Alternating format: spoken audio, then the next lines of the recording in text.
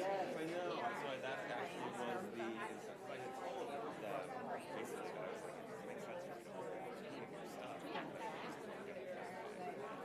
That makes sense to me. That's a direct result of having those types of conversations. How I'm approaching a little bit, but yeah, I mean, I think it works.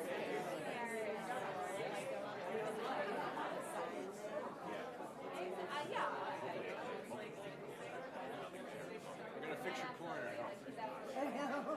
I like just as long as you get stayed. I don't.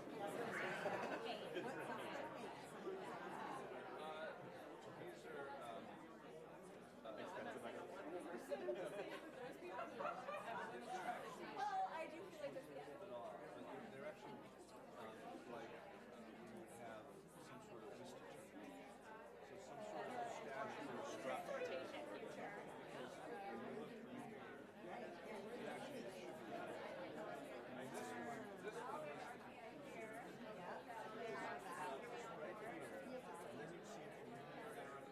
Oh my gosh, that is so cool. It's because like So we're you gonna want like orient a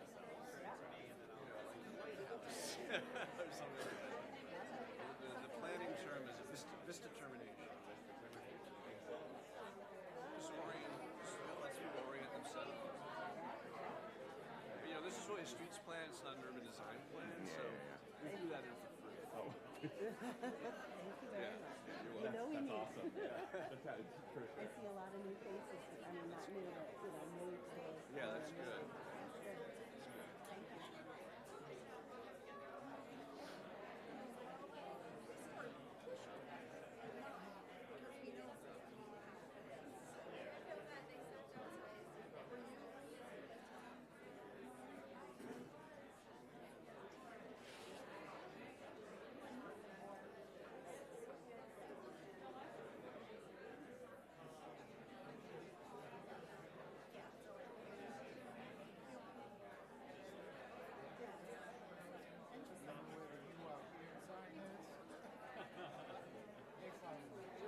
I'm on my way to work. Liz, I caught her because she's leaving. She's the one who's encouraged me to come in. So hopefully it all works out for the best. Thanks for showing up.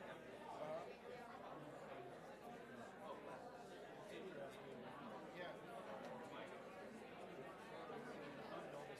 That's already a keyword or something. Yeah.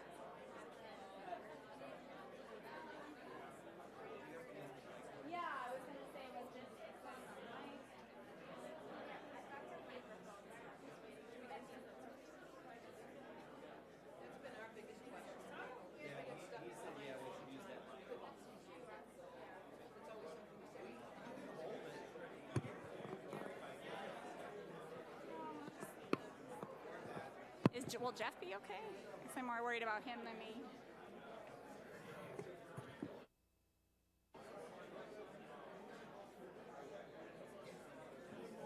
Yeah. Does Jeff know that he has to be adjacent to here? Okay.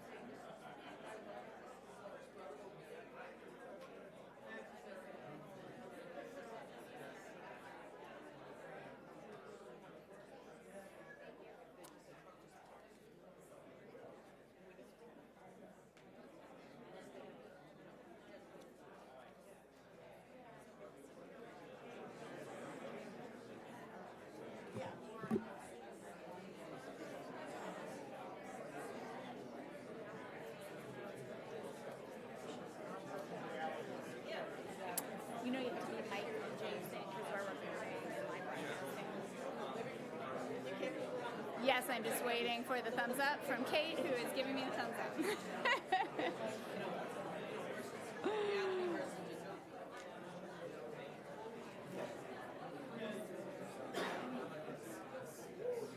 All right, good evening, everybody. Welcome. Hi, thank you so much for coming this evening. I'm Elizabeth Jenkins. I am the Director of Planning and Development for the town of Barnstable, and thank you so much for being here tonight in what is our third and final meeting of the project that we are calling Great Streets Downtown Hyannis, which is an effort to think about our streets not just as places where we drive our cars and park our cars, but truly as public spaces that enliven and contribute to our downtown. So first, I just want to thank and acknowledge all of the efforts of our fantastic staff here in the town of Barnstable, especially our planning and development team, and our core team, Kate Maldonado, Kyle Pedicini, Jim Kupfer, and our town engineer, Griffin Bowden. They put a tremendous amount of time into this project, and we couldn't do anything without them. So thank you to all of them.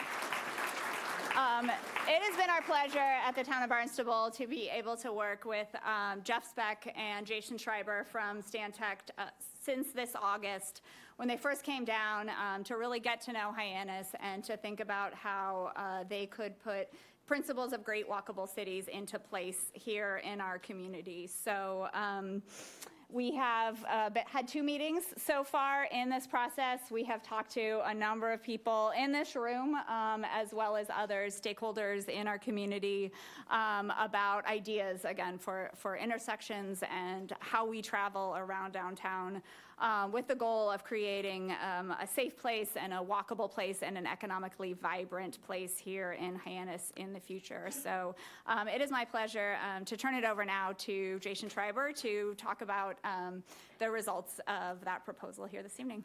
Thank you. Thank you very much. Nice to see everybody here. I'm going to turn it over to Jeff in a little bit to talk a little bit more inspirationally, but I wanted to take you back through time a little bit to remember what we've all done here. And after I do that, I'll turn it over to Jeff. I'll come back in and throw in a few, sidebar remarks about more engineering perspectives on traffic and transportation. But the end of our agenda is actually an opportunity for all of you to come up here, see the plan in the front of the room, ask us questions, interact, decide that this is what you want, not what you want, kinds of things that you like, things you don't like. We want to hear it all. And ultimately, that's what we've been doing throughout the course of this process, is to try to get as much input from all of you as best we can. There's some fundamental baseline points that we've been working on throughout this project that are really important to remember, because from our perspective, whatever we do is informed by whatever you want in your community. And these goals listed at the beginning have pretty much carried throughout this project. There's been other things we've heard from folks, and there's been lots of great comments that you'll find in our final report, which just went live on the same website that you may have gone to for a survey in the past, tinyurl.com/Hyannis Great Streets. Or you can find it through the planning department's page on the town's website. But, there's ideas here about walking, about making the public realm better. We want to deal with congestion, but we also want to slow cars down and, as Elizabeth said, make that downtown place work, not just as a place for people, but place for people by all modes of transportation. As we've said all along, and Jeff will elaborate, the car has really dominated what you see there today. And it's ironic that we look at these plans, and we just had the Historic Commission in the other room, and we realize this is actually what it used to be. It used to be a two-way system. So we came, as Elizabeth said, back in August, collected as much data as we could. We did counts. We looked at the cross-sections. We observed what was going on. We unfortunately took some videos that you may have seen in the past that were showing things not working wonderfully. But then we said, look, we want to develop concepts and understand what works for you. And so our first public meeting was a workshop where we got to hear a lot from all of you. We then refined all of that and brought it back to you in January to say, this is what we're thinking. And here we finalized it today, and you're going to get to see some of those pieces. That first public meeting in that process was actually really important, because that's where a lot of people talked like the things they wanted and didn't want, things they kind of thought were nice in general. There was even a web page. I hope some folks were able to get on the website that had a survey out there and share some of those comments. And the things we heard actually, again, reiterated a lot about those goals. They were there to say, hey, you know, why can't it be a little more walkable here? Why can't we maybe do something else? I worry about the character of my downtown. Those comments are fundamental because it just kept coming back to us again and again and again. And it's important that, you know, a community really cares about place. And it's important that we're at a time where so many people have said, we need something different. We really want to make this place different. And so we then dove right into a whole week of workshopping, coming up with sketches, working with folks, talking to stakeholders. Some of those are in the room here, talking with whether it was folks from the town, downtown organizations, businesses, beginning to really understand what may or may not be able to happen. And a lot of our final plan is reflecting that.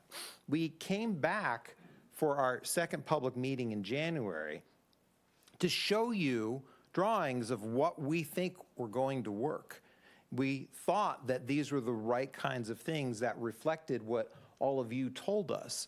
And you all looked at them all and you told us things. You said, you know what? We do want to make things more walkable. We're a little worried about narrowing streets, but we sort of understand the point. We're afraid of the idea of a two-way system, but it gives me the sense that it could work, and maybe it's better that it's a little bit slower. We understand that we might be able to make it safer even through bicycling, and that's not a bad thing. And in fact, I think the slide says that point twice to really make that clear. And lots of other comments. You know, there's people who are absolutely apprehensive of change. And, you know, change is going to come. Is this the right change? Well, most people said the direction we're going seems to be the right kind of direction. We even let you all vote, more or less, on all those different streets. And they're featured up here on the front boards you'll see later. But say, you know, I like this or I don't like this. The majority of people actually kind of liked a lot of what we were talking about.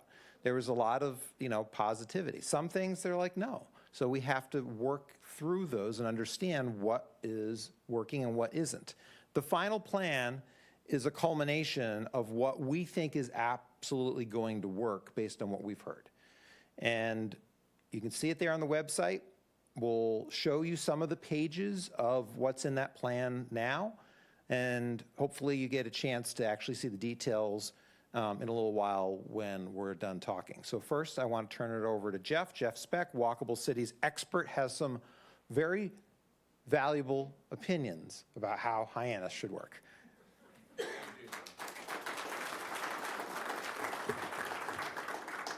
I will try to steer away from opinions and stick to facts. Well, you said I would be inspirational. I'm not sure how inspirational it is to have someone in a sling talking to you about safety. It's for your sympathy. Also for your sympathy, I'll say you have to be nice to me tonight because my wife came down. Alice, can you say hello in the back row? And she came because this is a big night for me and hopefully for you. But it's the culmination of a plan that means a lot to us, that we put a lot of time and effort into. I think we put our best skills into it as well. But personally, and I think I speak for the team, we're super excited about this plan, and we're really happy with this plan.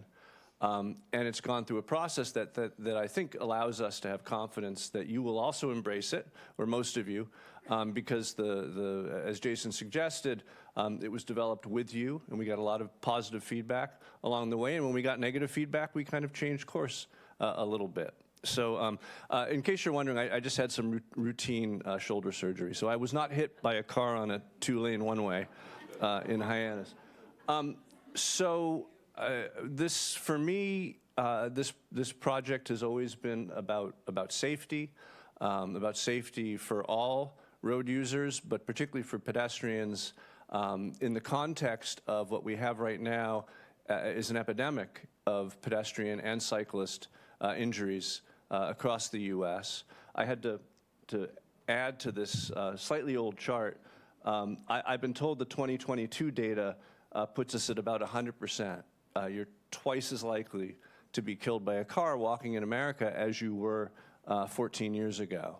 And that's a function of many different factors. Honestly, the biggest one isn't street design, it's car design. And the way our cars have gotten bigger and bigger, and most people are driving SUVs instead of cars now, and the high hoods and all of that. But of course, there's a lot that we can do and do through street design to try and mitigate for that and make our communities safe again.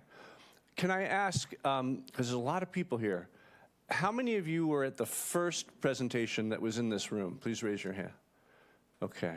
And then how many of you came to the high school presentation? Okay. How many of you, don't be embarrassed, how many of you, this is your first time here? Okay, about a third of you. So we have limited time, and also out of respect for the 2/3 of you who've heard us before, Jason and I made an effort not to repeat ourselves too much in this presentation. For those of you who've come before, I apologize. You will be seeing some of the same images and hearing some of the same arguments, but we are going to go through it quite quickly. The previous presentations are available online. Is that right, Elizabeth?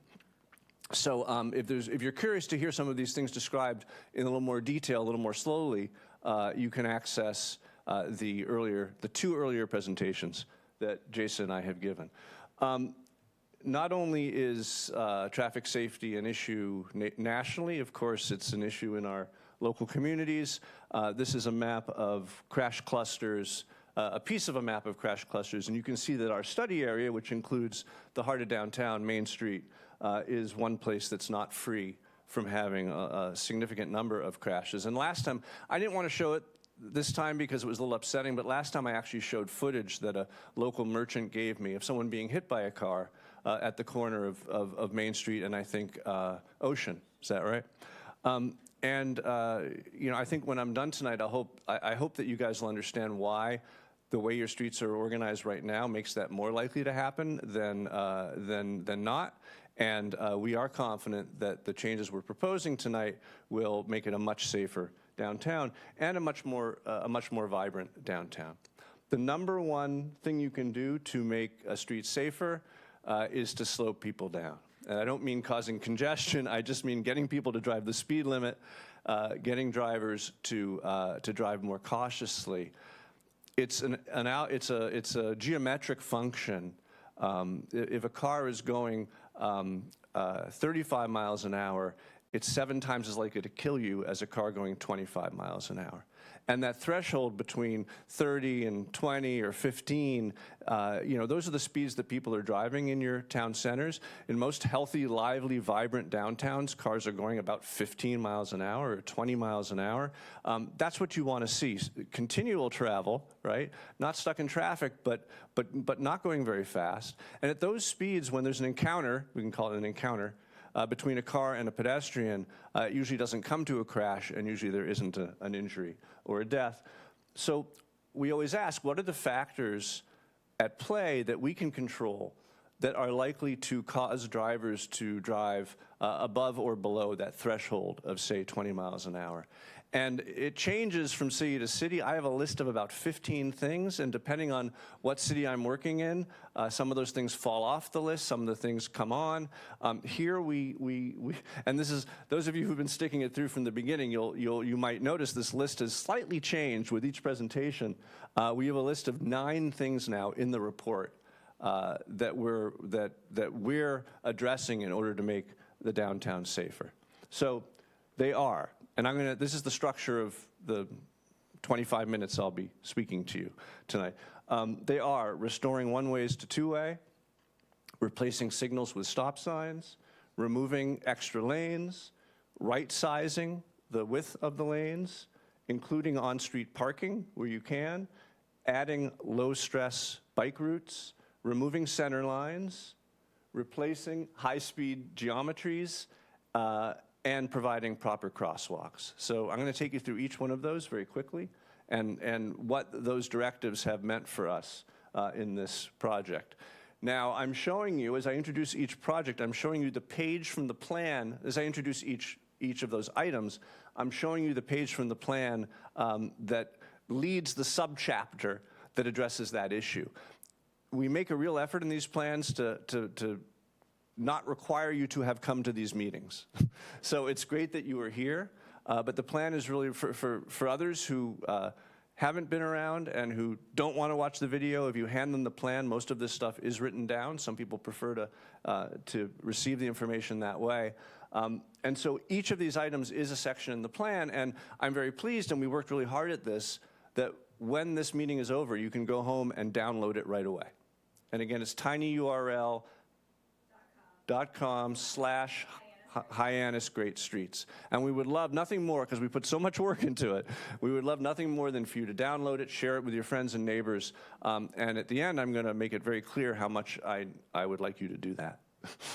So one-way streets. It took us a while to figure it out. There was this real epidemic across the U.S., starting in the 60s, where often in conjunction with the introduction of highway off-ramps into downtowns, when highways were cutting through downtowns, but a lot of cities changed their two-way streets to one-way travel. And then it started out as part of the highway building movement, but then it became something that city engineers were doing all across the U.S., because there was an understanding that it would move traffic more quickly through downtowns, which it did, often quite dangerously. The question is, when you ask the question, why are multi-lane one-way streets? This happens to be Davenport, Iowa, where my wife is from. It was one of the first projects I did where we reverted one-ways back to two-ways. And I should say, 30 years later, they're still not done, but they are working on, they're about half done. You ask the question, what makes these more dangerous? Certainly, the sheer momentum of all these cars traveling in the same direction, the fact that it looks like a highway and feels like a highway to have more than one lane in one direction, but mostly it's the opportunity to jockey as a driver, knowing there's that other lane, and that other lane is probably faster than the lane that you're in, and your frame of mind as a driver is to not just enjoy yourself and look at the scenery, but to try to get home or wherever you're going as fast as you can. This is one of many of these projects that I've worked on over the years. This is New Albany, Indiana, and what you're seeing is the plan. It's across the river from Louisville. What you're seeing is an entirely one-way downtown, where the plan proposed a entirely two-way reversion, and there was a lot of resistance. This is a yard sign that the neighbors and some of the merchants eventually started spreading around and putting up, because the town was very reluctant to do it. The public works director wasn't confident in it. The fire chief didn't like having losing that extra lane, right, in one direction in each street. The police chief was quite skeptical about it. But then after 3 years of contemplating it, and frankly spending a lot of money on studies that they didn't need to do, they went ahead with it. So this is a typical street before and after. You can see the one-way being changed to two-way. Doesn't seem like that big a change, right? And here's another street before and after, right? One-way becomes two-way. So that opportunity to jockey goes away. And I had the great pleasure of going back a couple years after and meeting with the mayor and the chief of police. This was in a Congress for New Urbanism meeting. And the chief of police told us that in 28 years, remember, he was against it. In 28 years as a police officer, he had never seen a better scenario for public safety. Speeds have been reduced, crashes are down, and response times to calls for service are far better than they've ever been. And it's important because often emergency services fight these changes because they think about not having that extra lane. But actually in our meetings with your emergency services folks, they were quite aware of the benefit of not having to loop around, and the fact that they have more direct paths to emergencies. Hopefully we will not have similar resistance here as we move forward. But there's another aspect that isn't just safety with these one-way streets, and it was written about in this article by Alan Ehrenholt in Governing Magazine back in 2009, I believe.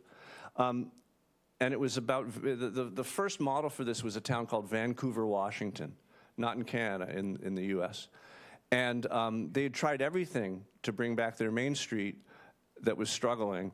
And they finally convinced the state DOT, and you're very lucky that none of your streets are DOT streets because you'd have much more impediment. But they finally convinced their state DOT to take this 2-lane street, like yours, from two lanes one way and to restore two-way traffic to it.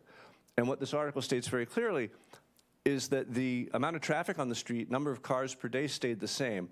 The revenues to merchants doubled. And we've seen that same experience, not the same exact numbers, but we've seen similar experience in city after city. One of the quotes in the report that Jason showed from one of you, and we find this in every community, and Alice, I remember it in Davenport, were the old timers who say, boy, this Main Street was really great till they made it one way and then just all the shops died. And that was mentioned here that there was a real hit when that happened. The experience we've seen in lots of communities is the merchants do much, much better when it's switched back. So this is your system. You know, the principal one-way streets are Main and South and Ocean and Old Colony, and they dominate the traffic flow through your city. Jason's going to get into a little more detail about how they function as you move through them, but it really is one big loop. The most hilarious thing for people who visit for the first time is to be welcomed to Main Street at this western intersection and then to be unceremoniously ushered off of Main Street onto South Street. So you really can't shop unless you choose to turn around and come in the opposite direction. And then this is just one paragraph from one page of my book, Walkable City Rules. And this list is much larger, but there's about 100 communities now across the U.S. who have done this to either their pair of main streets or their whole downtowns. And you know, there's always fear of Carmageddon. You know, what's going to happen to the traffic? And yet we've never had any problem afterwards. So I hope you'll take confidence from that experience. Number two is, and these first two ones are the biggest ones. And in some ways, this second one, it's not bigger, but it's a bit of a shock. Because you're downtown, you're a 10 signal downtown. And you're probably proud of being that big a city. You know, I was working in Butte, Montana, and they were an 8 signal downtown, and gosh darn it, they did not want to be a 7 signal downtown. And there's a lot of data now, as I'll show you, that talk about how stop sign intersections, always stop sign intersections, are so much safer than signalized intersections. Well, in Butte, Montana, a car drove into one of the signals and took it out. And in fact, cars were crashing at this intersection twice a year. Roughly on average. Took the signal out. It took them 2 years to raise the money to replace the signal, but no one crashed. And they said, holy cow, so they didn't replace the signal. So now they're a 7 signal downtown. But what we're proposing for you is quite radical, I guess, but we're very confident it will work. This is not this is public art. I show this to remind folks that we are over-signalized in the U.S. Actually, in Davenport, Iowa, the town planner, we keep coming back to Iowa, the town planner told me that the same company that advised the town on where to put its signals then sold the town its signals. So that's something that's going on all around the U.S. The good city, this is an image, I think, of Eugene, Oregon, but this intersection struck me as, you know, eminently walkable, rollable. You see the wheelchair user there. You see the bicyclist probably going entirely the wrong way, safely. But just the idea that there's a tremendous eye contact and just communication and caution as people approach four-way stops, and it's never legal to go through the stop at speed. Sure, people are going to roll through them all the time, but rolling through a stop is not dangerous. What's dangerous is rushing to beat the red, right? Or seeing that pedestrian countdown clock and flooring it, right? So there's clearly a different type of driver behavior. I showed you this study before that was done in Philadelphia, where they had to replace 472 signals with stop signs, and severe pedestrian injury crashes dropped by 68% citywide. This is my plan for Albuquerque. I told some of you about already. I recommended turning 17 signals into stop signs. They did it to 11. There was a backlash, and they bagged the stop signs. First they bagged the signals, then they bagged the stop signs because there was a backlash because people were upset at the change. And then, as this news article suggests, people realized actually they were getting through the downtown faster. They were moving slower, but they were getting down through the downtown faster when it was all stop signs because they were never sitting waiting at lights. And actually public demand brought back the stop signs that they had temporarily bagged. So this is your current condition, 10 signals, and we're proposing getting rid of all of them except the one by the hospital to the east, which the ambulances take advantage of, and that's a very heavily, on Lewis Bay, that's a very heavily traveled intersection. You see the roundabout marking we'll talk about at what we call 6 points, just south of downtown. Now, the principal thing that enables this is the one-way to two-way conversion. When you have a multi-lane one-way intersecting with another multi-lane one-way, you put a stop sign there, no one knows who goes next, right? There's complete confusion. But if you have two-lane two-ways intersecting each other in the normal way at a stop sign, you know, yeah, there's a little confusion, but people know how to function through those intersections. So that's what allows this to happen. And we're very excited for this, and I think as much as the one-way reversion to two-way, this is going to fundamentally change the way that people drive through your downtown. That makes it safer for all users. Number 3 is just not having any more lanes than you need. I've told the story before of Oklahoma City, where I was called in because they've been named the least walkable city in America. You know, there were just too many lanes in their streets. You do not have the same circumstance. In Oklahoma City, you know, this was almost every street went from 3 or 4 lanes to about 2 lanes, and they spent $200 million building it because they had the money. In your case, you have very few places where you have extra lanes, but you have 1 or 2, and they're principally a function of the presence of the signalized one-way travel. Particularly when you have a signal at a busy intersection, you need a right turn lane, you need a left turn lane, there's a lot of stacking, and so all this space is needed, particularly at Center and Main, where, you know, it's the worst intersection in downtown. It's also the one with no pedestrian crossing apparatus, which it's okay that you haven't fixed it yet because we're going to fix it greater. You know, we're going to fix it fully, hopefully in the year ahead. But when this is a 4-way stop sign intersection, if you think about it, at an all-way stop, there's no reason to have an extra turn lane because the left turn motion is just one more motion mixed in with all the other, you know, you wait your turn and you go straight right or left, right? So when this signal is removed, you no longer need all these extra lanes. Instead of 4 lanes, it can be 2 lanes, and actually we can have a lovely gateway plaza in front of the train station as this is neck down and nice and tight as an always stop intersection should be. Number 4, lanes of the proper width. When you have a lane that is wider than it needs to be, people go faster than they need to. People understand that a 10-foot lane, which is the traditional width of an urban lane, that's a 30-mile-an-hour lane if you want to go fast on it. A 12-foot lane is a highway lane, so that's a 70-mile-an-hour lane. And you have a lot of 12-feet lanes in your downtown. Thank goodness for NACTO, the National Association of City Transportation Officials. They make it very clear a 10-foot lane is a standard lane. You shouldn't have lanes wider than that. If you look at it, you know, 2 not small cars, 1 parked in a actually substandard width parking space, because mostly parking spaces are 8 feet. You've 1 car parked, you've 1 car next to it. You can see plenty of room in that street with a 10-foot lane. You've got 12-foot lanes plus shoulders in a lot of places. And you have this condition of being a somewhat rural community that grew into a somewhat urban community, and so you have these rural standards, right, with shoulders, which is a rural detail, and wider lanes. So you have North Street, you have South Street. Each of these have about 6 or 7 extra feet in them when you add the lane width and the shoulders together. And now this is one of the pages, and Jason will be showing you more. This is one of the pages from our plan. The second part, which is just street by street, we march through each street in your downtown, existing conditions. Here's a picture. Here's what it looks like now, 2 really fat lanes with shoulders. And here's our proposal, which in the case of North Street and South Street, neither of them is wide enough to fit two directions of bike travel. So it's funny, the historical memory of your one-way system will be preserved in the bike network, but only in the bike network, because we can't put both of them in one street. So North Street is going to have bike travel westbound, and South Street is going to have bike travel eastbound. So you see existing, proposed, and then some of the details before and after.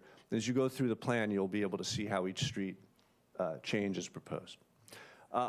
On-street parking, you know, the anti-car people, of whom I'm often counted among, often don't want to see cars parked on their streets, but in fact, it's an essential barrier of steel that protects the sidewalk from moving vehicles.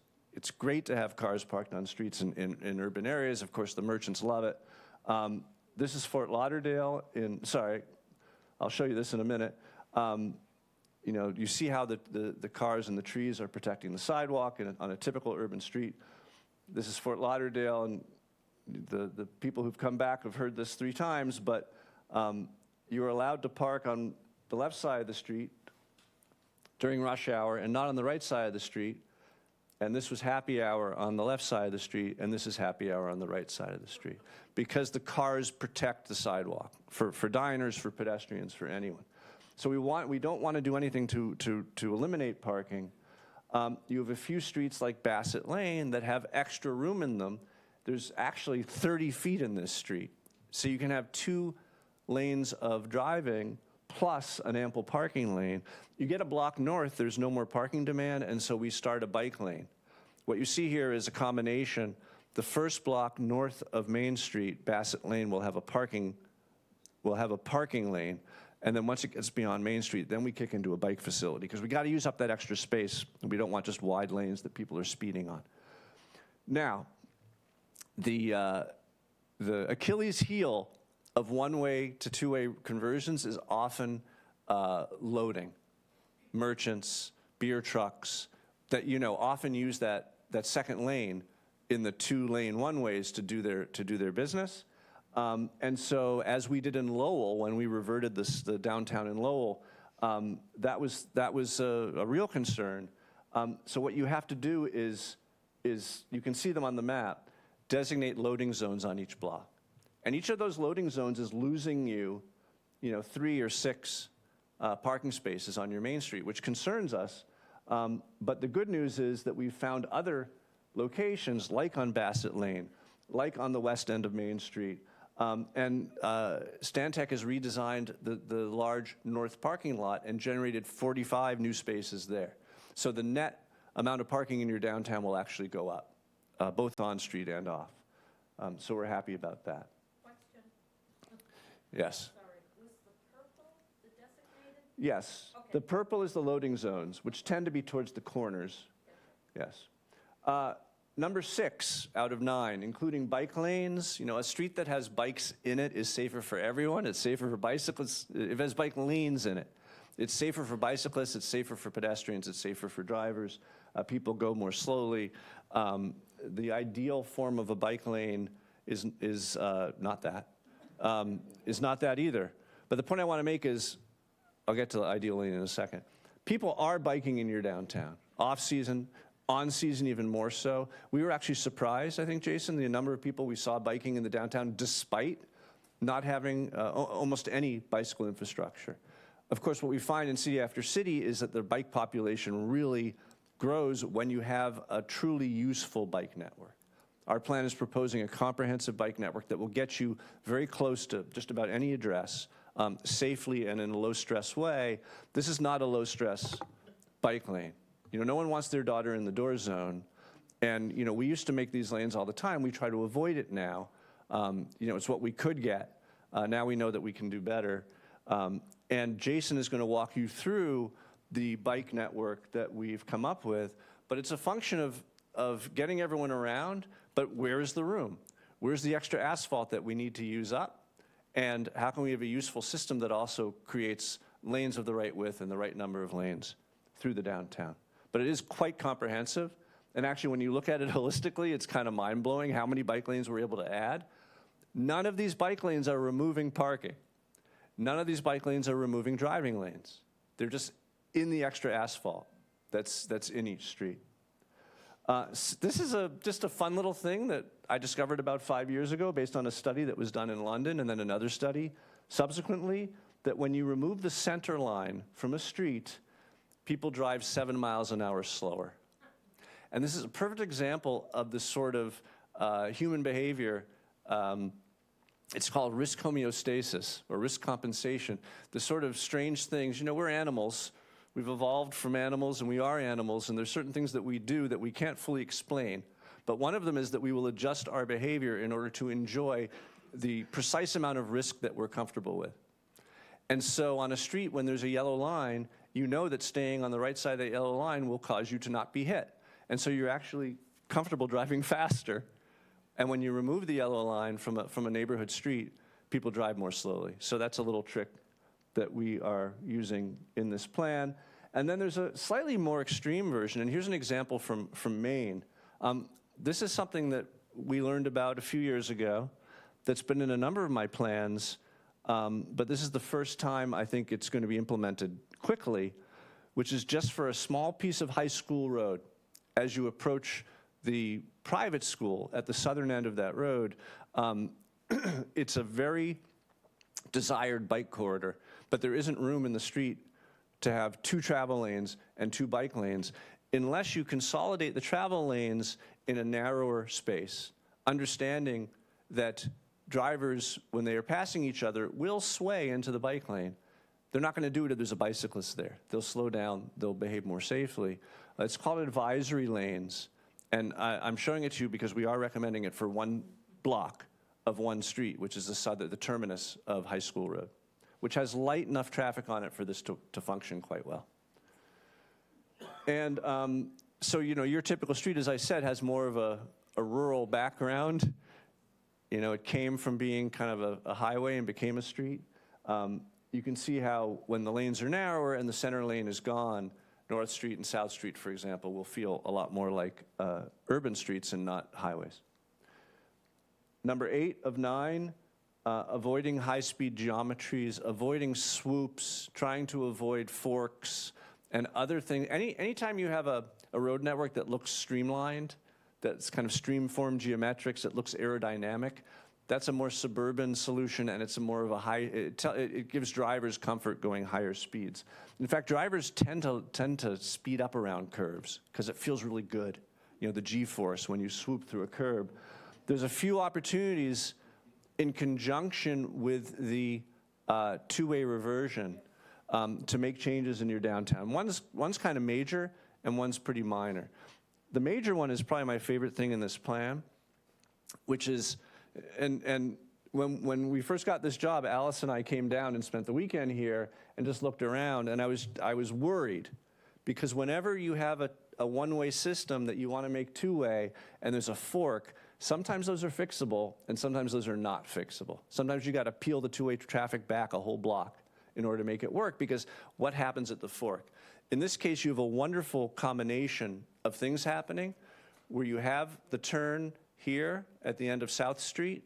You have no driveways, miraculously, on the south side of the street.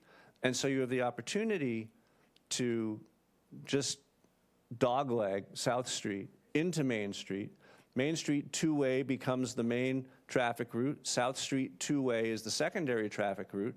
Of course, if you're driving east and you see a backup and you want to avoid it, you can turn onto South Street. But notice what happens to this little memorial park that has a historical marker in it, but no one ever spends any time in it, that's floating in the middle of this space.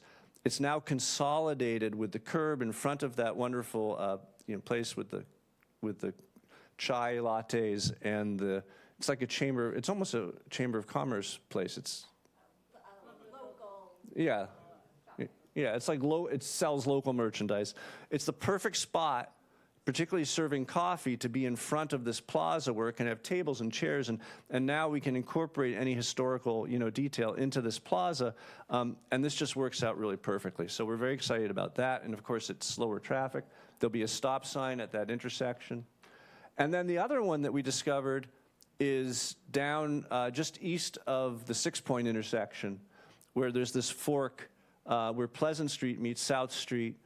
This is the best walk from the train station to the to the ferry, and you have an unnecessary fork here, so you can make that into this. And we do have a couple driveways we have to deal with, but then this becomes a nice little green, a great place for a play structure or something else terminates the views. Now as people are driving west, there'll be long views to this point, so you can have some sort of monument or little statue or play structure in this location. So there's just two examples in this plan that allows us to make the traffic calmer. And then finally, I didn't talk about this in my other talks because it's kind of obvious. Like you don't bring in people from out of town to tell you that you need good crosswalks. But you do need good crosswalks, and you actually have a lot of unstriped crosswalks, and you have a variety of standards through the downtown. This is the best standard. It's called a ladder crosswalk, but it's brighter, it has more paint. It's a lot more obvious than a lot of the crosswalks that you currently have. So of course, part of the plan is to advocate for those. Or you can do something a little fancier. This is Iceland. But it's not just done in Iceland, it's also done in Medford. But if you compare, I mean, Medford kind of screwed it up. It's like Iceland and Medford. But the point is, a lot of state DOTs and other folks don't allow the creative crosswalks because they're not standard. In fact, the studies now show that the creative artistic crosswalks are even safer than the standard. So I want to raise that prospect with you while I then say, well, at least be sure to use the best standard as you move forward. So those are all the issues. I'm going to talk to you again briefly at the end, but now I want to turn to Jason, who will put some detail on what I just described.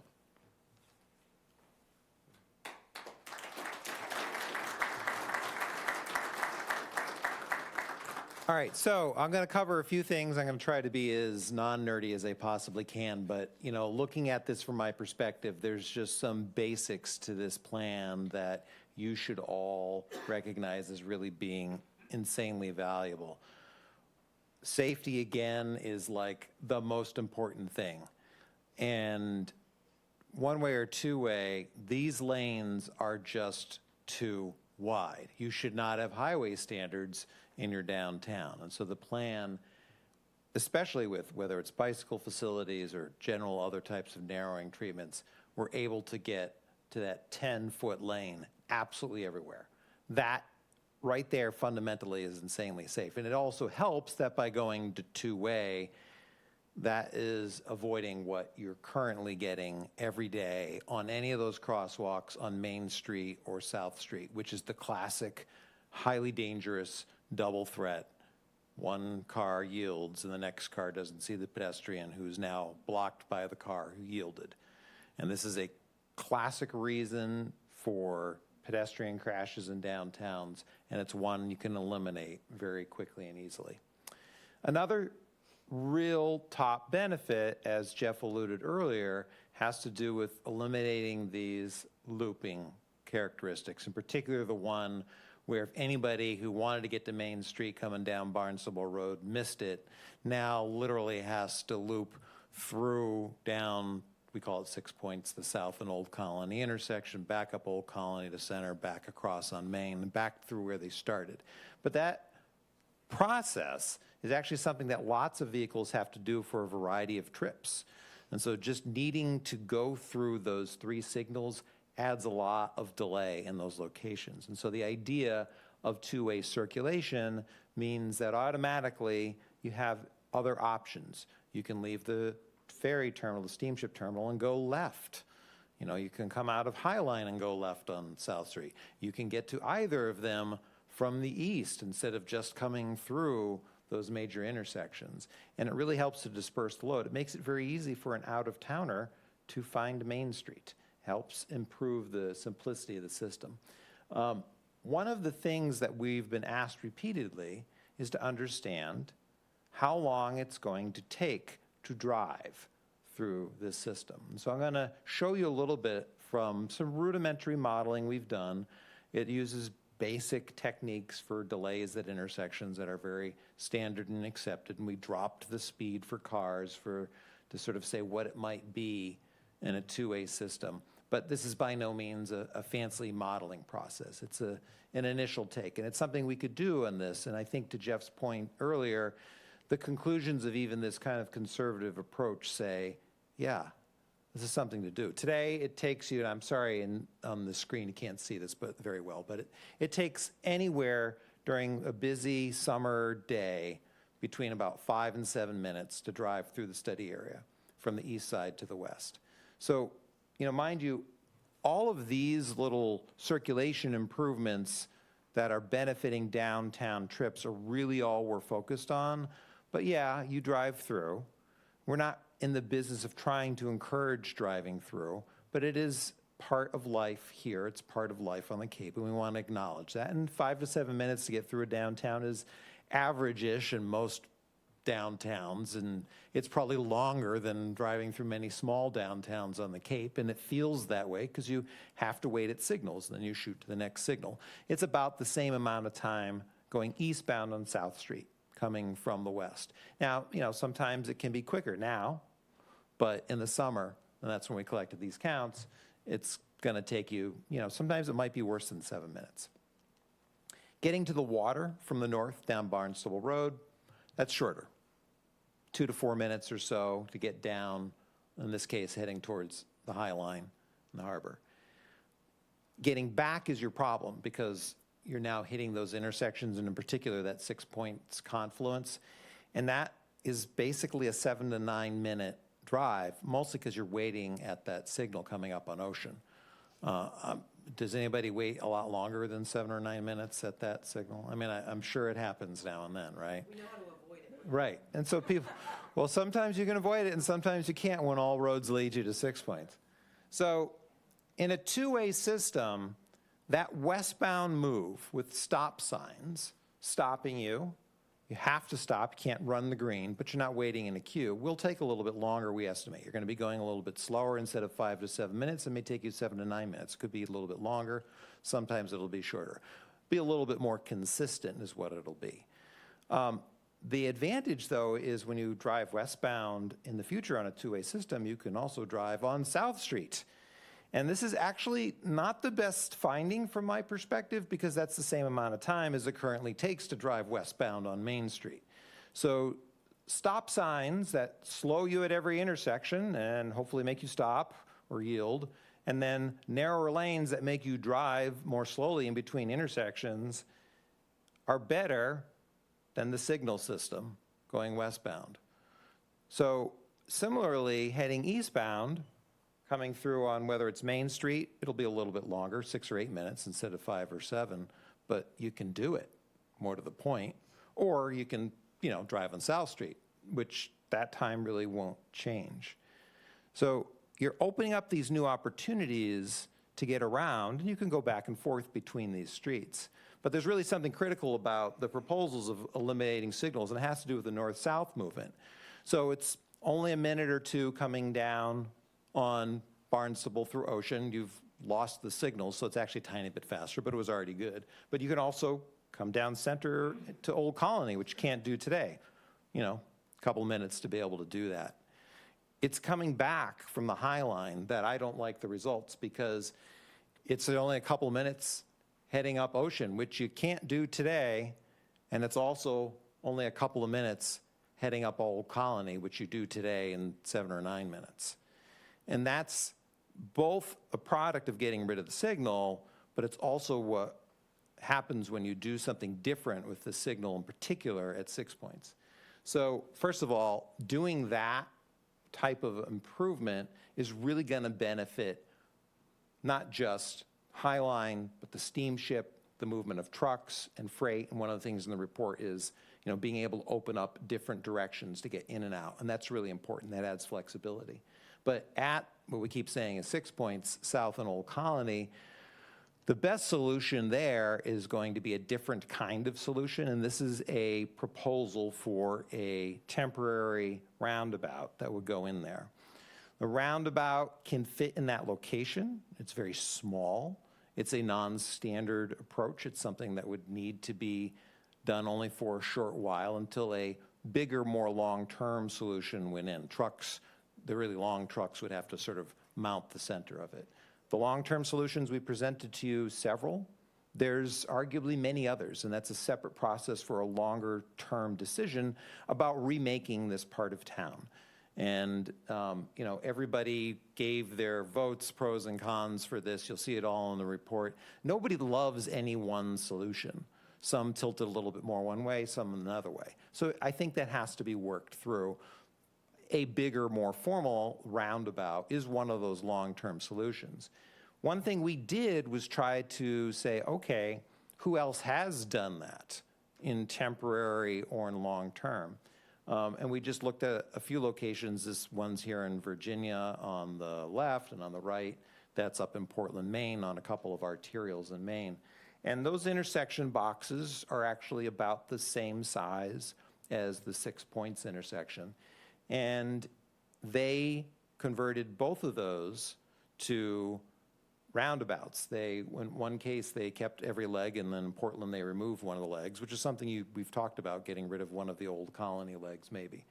But the idea is that this precedent in the exact same kind of footprint has actually worked successfully. Now, those are full builds, and that's not something you do tomorrow. If you really wanted to get this done soon, you'd do what we show in the middle, which is actually something you can do with basic precedent improvement items. There's paint, there's rubber mountable center domes for roundabouts, there's little kind of ridgy glued on things and stuff or bolted into the street that help to define the roundabout. So these are things that the town can actually install quickly, as much as they can bag signals, put up signs, and put down paint quickly. So it all falls into the realm of rather quick feasibility, and there's lots of precedent for this. Many places all across the country have done just these types of improvements, whether it's in paint to make their communities safer and slower, or even with temporary treatments that create that mountable center.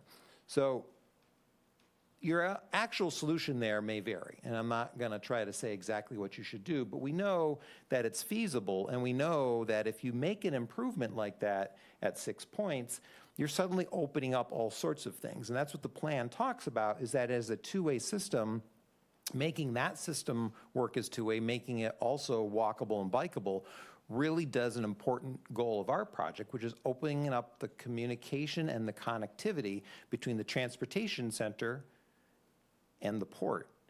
And that's a big deal, because the more people who are going to the islands, who are coming in by bus and even train, the less they're going to be driving through your downtown. The more you make this a walkable place for that journey to not just be on a narrow Pleasant Street sidewalk or a scary Old Colony sidewalk, but to actually be able to maybe bike between the two on a shared bike, or walk in a more comfortable, slower two-way system, is definitely going to be a benefit. I'm going to talk about two other quick things, and then I'll give Jeff the last comments. He mentioned earlier about parking. So the town is going to try to pursue grants to redo the north lot, which you see there is a concept that was developed. It does increase parking in the lot by about 45 spaces, but as Jeff mentioned earlier, throughout the entire downtown, we found so many places to add on street parking that even if we provide 33 loading spaces that you don't even have at your curbs, which, by the way, you should probably just do anyways, because double parking in a lane is not an acceptable practice. So don't think you should continue that. Even if nothing changes, by adding 33 loading spaces, we still can add 55 additional on-street spaces. Technically, you don't need more parking. The studies have been done, but it's nice to have it. And certainly to have it at front door on street is going to be an advantage. And the last thing I'm going to hit on is this bike network. This is actually a really transformative opportunity. It is super that the bike network is able to narrow your lanes, makes things safer, and work compatibly with your two-way, while taking away literally nothing. Like, that is a golden opportunity to jump on. And to briefly explain it for those that don't remember, yeah, we only were able to put the one-way westbound lane on North Street on the top of the diagram, and the one-way eastbound on South Street that are fully protected. We're saying there should be Sharrow markings on Main Street, but it's not enough room to really create dedicated, and nor should it be at a speed that you'd need that separation so bikes could take the lane. They probably don't today because it's scary. In the future, it may not be bad. But we're also able to add two-way cycling on Old Colony, on High School Road, on C Street. This all makes for a connected network, something that you can actually carry out to the west and to the east to connect to future expansions of the multi-use path, letting C Street not just terminate at south, but actually carry cyclists up. And, honestly, you should go bigger. You should do much more than what we've said. You should be talking about continuing that everywhere because you have the space. And the real reason for doing that is because, yeah, we all drive. You don't have bike facilities. You're like, yeah, whatever, people don't bike. Well, you know what? When this stuff, which these are examples and pictures of installations that are exactly what we're talking about for two-way and even one-way kind of cycling tracks, goes in, communities change. I mean, we've heard of whole countries changing, but it's true in America that if you embrace this and you have the space, you don't even have to make a sacrifice to do this, your kids will bike. People will actually use this. Folks come to the Cape to bike and are annoyed that they can only use the rail trail safely. Be a community that embraces the tourism related to this because it's at no cost whatsoever to you. And you can really change your community into a safer place with just a bunch of paint. So those are some of the primary ideas that I think are valuable in this report. I encourage, again, all of you to go out there and read it and look at it. In a minute, we're going to invite you up front to look at the plans, ask us questions, critique us as you might. I want to leave you with one parting thought before I turn it back to Jeff. This is one of those classics two-way reversion stories. Clematis Street is like the main shopping street in West Palm, Florida. And it had that one-way conversion done probably in the 50s, and it was just continuing to ride through the 80s into sort of a deplorable downtown situation. And they just didn't understand why they were shooting themselves in the foot with this. And they are one of the first communities to really go out there and make a change. And in 1989, they said, you know what, this is a mess. We're dying. Our downtown is dying. Why don't we make this two-way? That's the old fuzzy picture from the 80s. And this is a recent picture from Street View, where they've actually rebuilt the street again, not just to be two-way, but to be curbless, because the walking attraction to being on that street has completely transformed their communities downtown. And that's the kind of thing that, you can have here. That's the kind of thing that sort of excites me. Jeff, what excites you?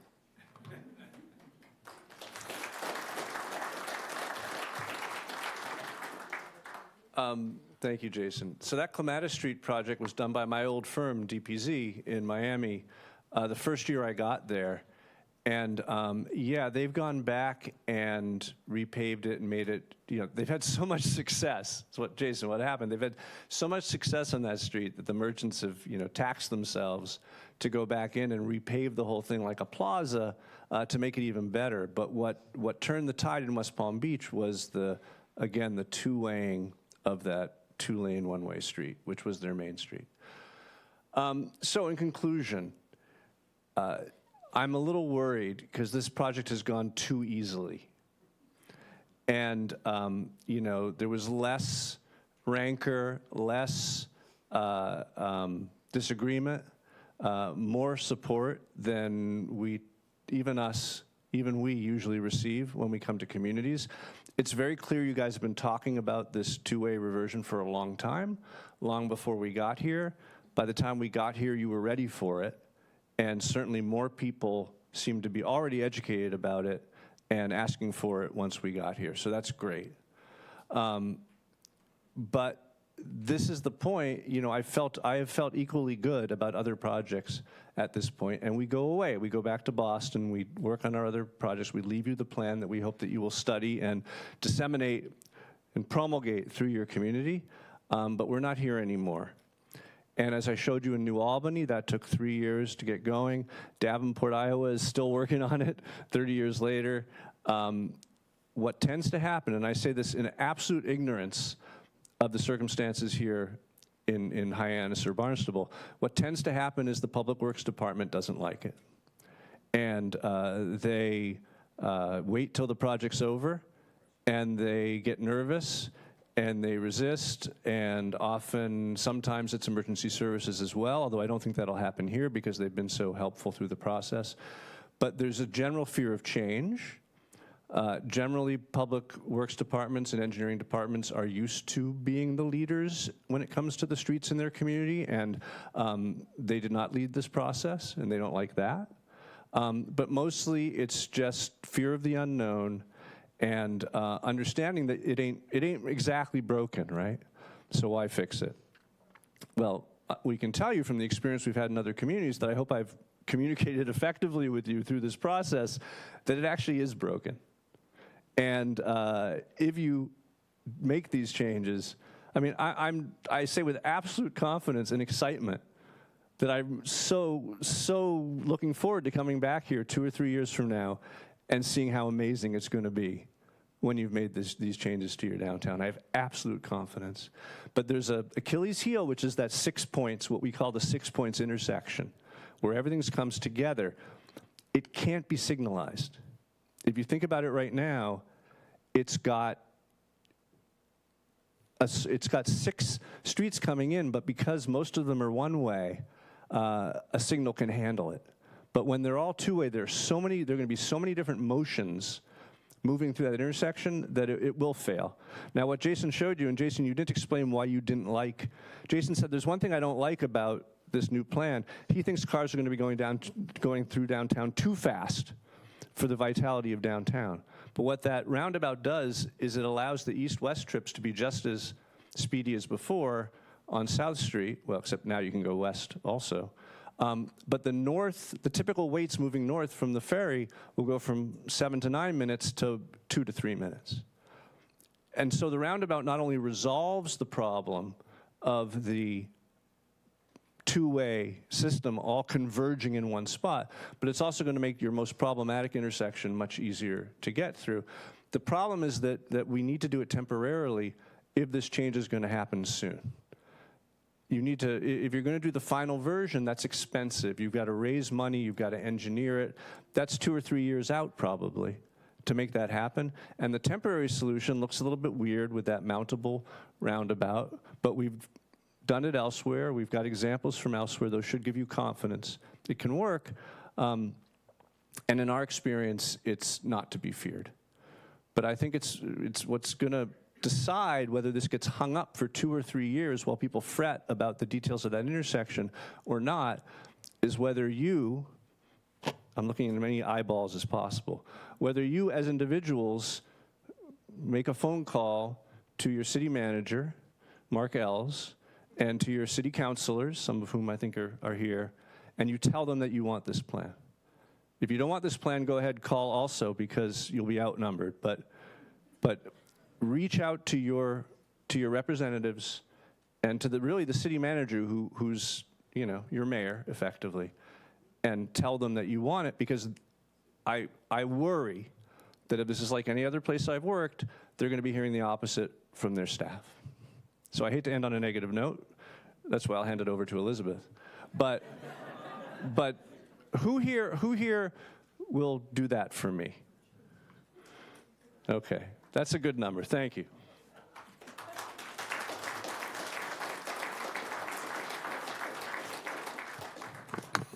Thank you, Jeff, and thank you, Jason. I'll just close it out quickly because I'm sure you all have a lot of questions and are anxious to come up and look at the plan. But we started this process, about a year. We started this process in 2020 when we dropped a line of Jersey barriers down the middle of Main Street to try to do something bold to support our businesses in the middle of COVID. And we were spurred forward by our merchants who I think had seen so many of these success stories on main streets across the country and said, we deserve that here. We should try that here. And it's really evolved into a conversation, I think, about creating a safe place and an equitable place when it comes to transportation, and really thinking about all of these pieces for downtown Hyannis, whether it be housing or a transportation network or open spaces collectively in terms of how we can create a great walkable place downtown. So, I think as Jeff's comments allude to, this conversation isn't over. We've called this sort of the final meeting, but this is the final plan and the final recommendation. And this comes back to us as a community. We didn't spend the time, you all didn't spend the time doing this with us as an academic exercise. I think this is something that we are very committed to continue to pursuing and seeing through. We're actively working on that. We will actively seek the support of our town councilors. Thank you, many of whom have joined us tonight or throughout this process. And we do sincerely hope to move this forward with your support in the short, medium, and long term. So thank you very much.